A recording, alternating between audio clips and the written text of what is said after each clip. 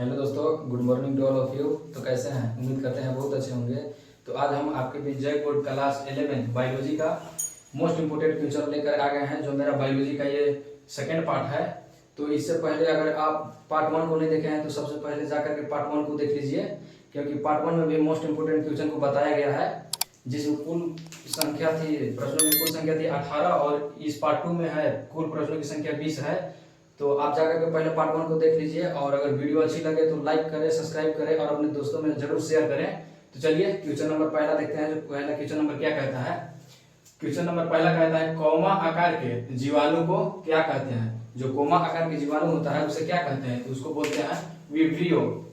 Question number दूसरा कहता है मृत पोषी प्रोटिस्टा होता है।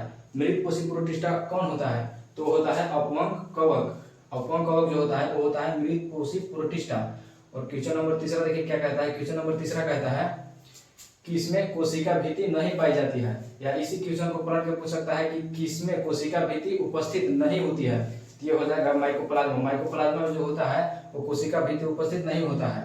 क्वेश्चन नंबर चौथा कहता है साइट्रस कैंसर बीमारी किसके द्वारा होती है? ये जो साइट्रस कैंसर बीमारी होता है वो होता है जीवाणु के कारण।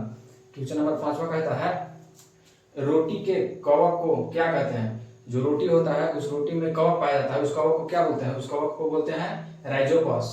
और क्वेश्चन नंबर 6 कहता है बियर बनाने में किसका उपयोग होता है? इस बियर बनाने में उपयोग होता है ईस्ट का। और क्वेश्चन नंबर 7 कहता है कवक तंतु के जाल को क्या कहते हैं? जो कवक तंतु होता है वो कवक तंतु अपने आप में एक मिलकर संरचना बनाता है, जाल की तरह संरचना बनाता है, उस जाल को बोलते हैं माइसिलियम।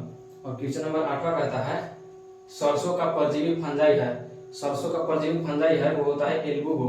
और बोलिएगा कि सरसों का परजीवी फंजाई जो होता है एल्बुगो देखने को कहाँ मिलेगा? तो आपको दैनिक जीवन में जहाँ सरसों का खेती होता है उस अगर मेड़ पे चलने का प्रयास करेंगे तो आपके पैरों में व्हाइट व्हाइट धब्बा लग जाती है, वही धब्बा जो होता है एल्बुगो का होता है। क्वेश्चन नंबर 9 देखिए। क्वेश्चन नंबर 9 क्या कहता है? क्वेश्चन नंबर 9 कहता है परजीवी पादप होता है। परजीवी पादप क्या होता है? तो इसका राइट आंसर हो जाएगा अमरबेल। और परजीवी पादप वैसे पादप को बोलते हैं जो अपने से प्रकाश संश्लेषण के दौरान भोजन न बना करके दूसरे पौधों पर निर्भर रहते हैं, परजीवी पादप कहलाते हैं। तो अमरबेल जो होता है अपने आप से प्रकाश संश्लेषण करके ये क्या बोलते हैं भोजन न बनाता है, और भोजन न बना करके दूसरे पौधों पर निर्भर रहता है, इसी को बोलते हैं अमरबेल, और इसी पादप को बोलेंगे परजीवी। और क्वेश्चन नंबर 10वां कहता है प्रदूषण के अच्छे संकेतक है। प्रदूषण के अच्छे संकेतक कौन होता है? ये होता है लाइकेन। अगर जहां ज्यादा प्रदूषण रहेगा वहां लाइकेन आपको देखने के लिए मिल जाएगा। क्वेश्चन नंबर 11 देखिए क्या बनता है। क्वेश्चन नंबर 11 बोलता है कैप्सिड किससे बनते हैं? कैप्सिड जो है कैप्सोमिया से मिलकर बने होते हैं। और क्वेश्चन नंबर 12 कहता है तंबाकू मोजेक वायरस में न्यूक्लिक एसिड है। तंबाकू मोजेक वायरस जो है उसमें न्यूक्लिक एसिड कौन होता है? तो उसका राइट आंसर हो जाएगा आरएनए। आरएनए जो होता है तंबाकू मोजेक वायरस में न्यूक्लिक एसिड होता है। और क्वेश्चन नंबर 13 कहता है वायराइड पाए जाते हैं। वायराइड किस में पाए जाते हैं? तो वायराइड जो पाया जाता है वो सिर्फ पौधों में पाया जाता है, ये जीव जंतु में नहीं पाया जाता है, ये सिर्फ पौधों में पाया जाता है। और क्वेश्चन नंबर 14 कहता है वायराइड की खोज किसने की? वायराइड की खोज किसने की? इसका राइट आंसर हो जाएगा टियोडाइनर। टियोडाइनर ने वायराइड की खोज की थी। और क्वेश्चन नंबर 15 कहता है मनुष्यों में CR जैकब रोग किसके द्वारा होता है?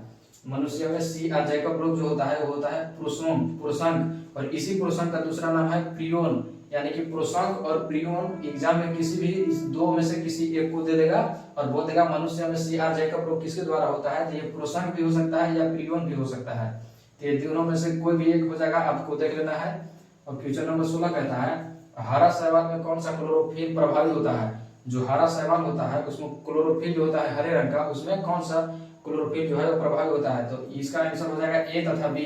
हरा शैवाल में जो क्लोरोफिल ए और बी पाया जाता है वही होता है प्रभावी। और क्वेश्चन नंबर 17 कहता है किस वर्ण के कारण शैवाल का रंग लाल होता है?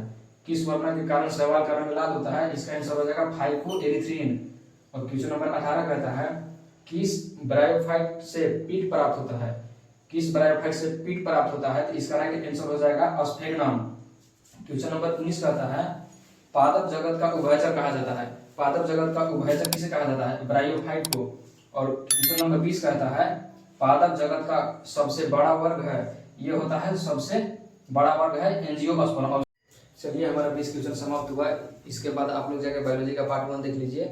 और मिलते हैं नेक्स्ट वीडियो में, तब तक के लिए थैंक यू।